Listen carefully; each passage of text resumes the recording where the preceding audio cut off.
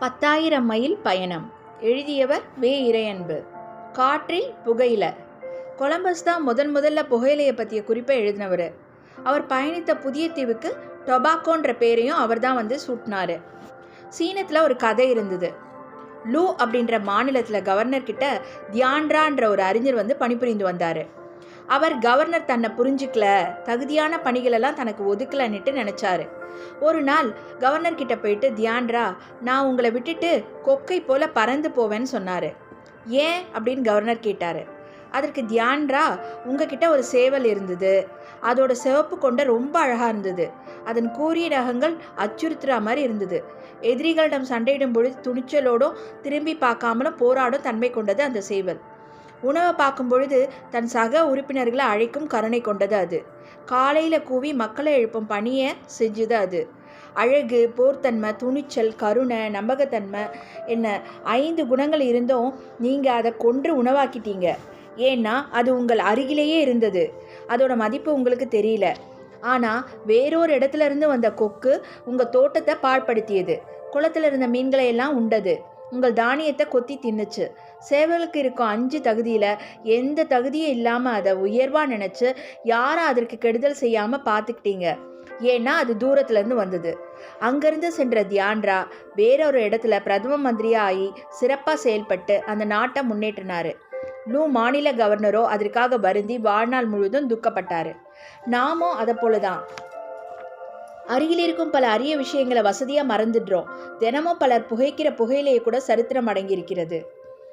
புகையிலையை பற்றி ஹியூரான் இந்திய புனையியல் கதையில் இருந்தது. பழங்காலத்தில் நிலங்கள் தரிசாக இருந்தது. மக்கள் பசியில் வாடிய போனப்போ இறைவன் ஒரு பெண்ணை மனித இனத்தை காப்பாற்றுறதுக்காக அனுப்பி வச்சாராம். அவள் உலகம் எங்கும் பயணித்தாள். அவள் வலதுக்கரம் பூமியை தொட்ட இடங்கள்லாம் உருளைக்கிழங்கு உதயமானது. இடதுக்கரம் தொட்ட இடங்கள்லாம் இனிய மக்காச்சோளம் உருவாச்சு. உலகம் செழிக்க தொடங்கிய பொழுது அவள் அமர்ந்து ஓய்வெடுத்தாள். அவள் எழுந்த பொழுது ஓய்வெடுத்த இடத்தில் புகையிலை உருவானது. அதனால தான் ஓய்வெடுக்கும் பொழுது புகைக்கும் பழக்கம் உண்டானதுன்னு சொல்லுவாங்க. வெற்றிலையை பற்றியும் பூடான் நாட்டில் நிலவி வந்த கதையை அங்கு நான் போனப்ப நேரில் கேட்க இருந்தது. பூடான் மக்களிடம் மனித மாமிசம் சாப்பிட்ற பழக்கம் இருந்தது. அதை தடுக்க ஒரு புத்த துறவி பத்ம சம்பாவா வெற்றிலை போடும் பழக்கத்தை கற்றுக் கொடுத்தாரு. வெற்றிலை தோல், கொட்டைப்பாக்கு, எலும்பு, சுண்ணாம்பு, மூளைன்னு உருவகப்படுத்தி சாப்பிடவும் அதனால் எச்சில் சிவப்பாவது குருதியை குறிப்பதாகவும் சொல்லி கொடுத்து அவங்க கிட்ட இருந்த மனித மாமிச பழக்கத்தை போக்குனாரு. இன்று பூட்டானில் புத்த மடங்களில் வெற்றிலை பிரசாதமாகவே கொடுக்கப்படுது.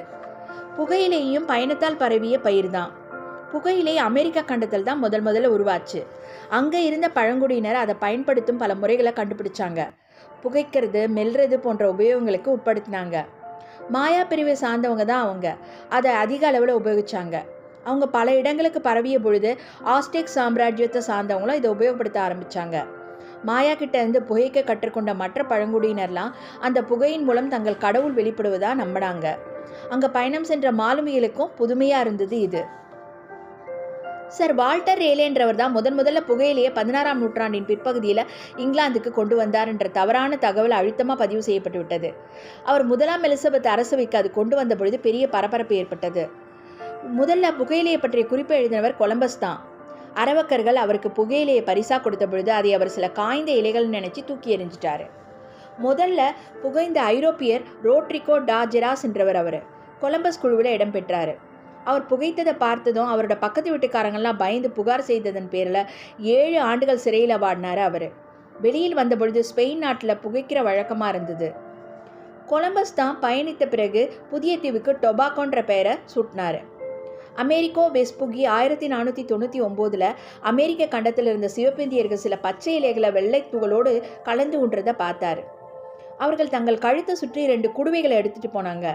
ஒன்றில் இலையும் இன்னொன்றில் வெள்ளை தூளும் இருந்ததுன்னு எழுதியிருக்காரு. ஜீன் நிக்கட் என்ற பிரெஞ்சு தூதர் போர்ச்சுகல்லேருந்து பிரான்ஸுக்கு புகையிலை விதைகளை அனுப்பினார். புகையிலை விதைகள் நுண்ணியவை. 1 அவுன்ஸில் 3 லட்சம் விதைகள் இருக்கும். அந்நாட்டு அரசி புகையிலை தன்னுடைய 2 நாளைய தலைவலியை தீர்த்து வச்சதா சொல்லி அந்த புதிய தாவரத்திற்கு நிக்கோட்டியானா தூதரின் பெயரையே சூட்டினாங்க. ஆனால் இன்னைக்கு அது புகையிலையின் விஷச்சாரத்திற்கு பெயராக ஆகிவிட்டது. ஆரம்பத்தில் ஸ்பெயின், பிரான்ஸ், போர்ச்சுகல் போன்ற நாடுகளில் இதை புனித செடியினே அழித்து வந்தாங்க. ஸ்பெயின் நாட்டை சேர்ந்த நிக்கோலஸ் மொனாடஸ் என்ற மருத்துவர் புகையிலை 36 உடல் உபாதைகளை குணப்படுத்தும்னு எழுதி வச்சிருந்தாரு. புகையிலை 17ஆம் நூற்றாண்டில் பல இடங்களில் மருந்தாக கூட பயன்படுத்தப்பட்டு வந்தது.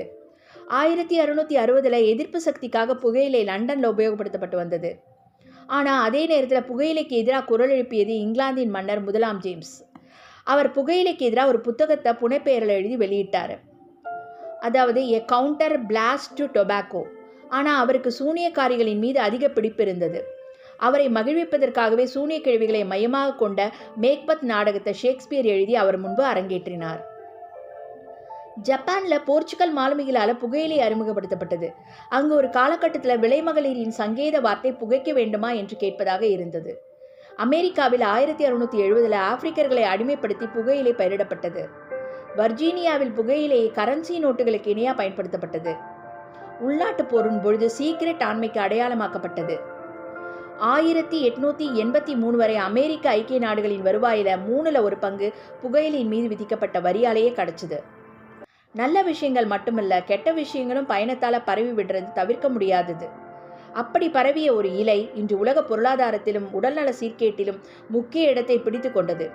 ஒவ்வொரு ஆண்டும் 54 லட்சம் பேர் புகையிலையின் காரணமாக இறக்க நேரிடுறதுன்னு சொல்கிறாங்க. போரில் இறப்பவர்களை காட்டிலும் புகையிலையால் மடிபவர்கள் அதிகம் என்று புள்ளி விவரங்கள் கூறுகிறது.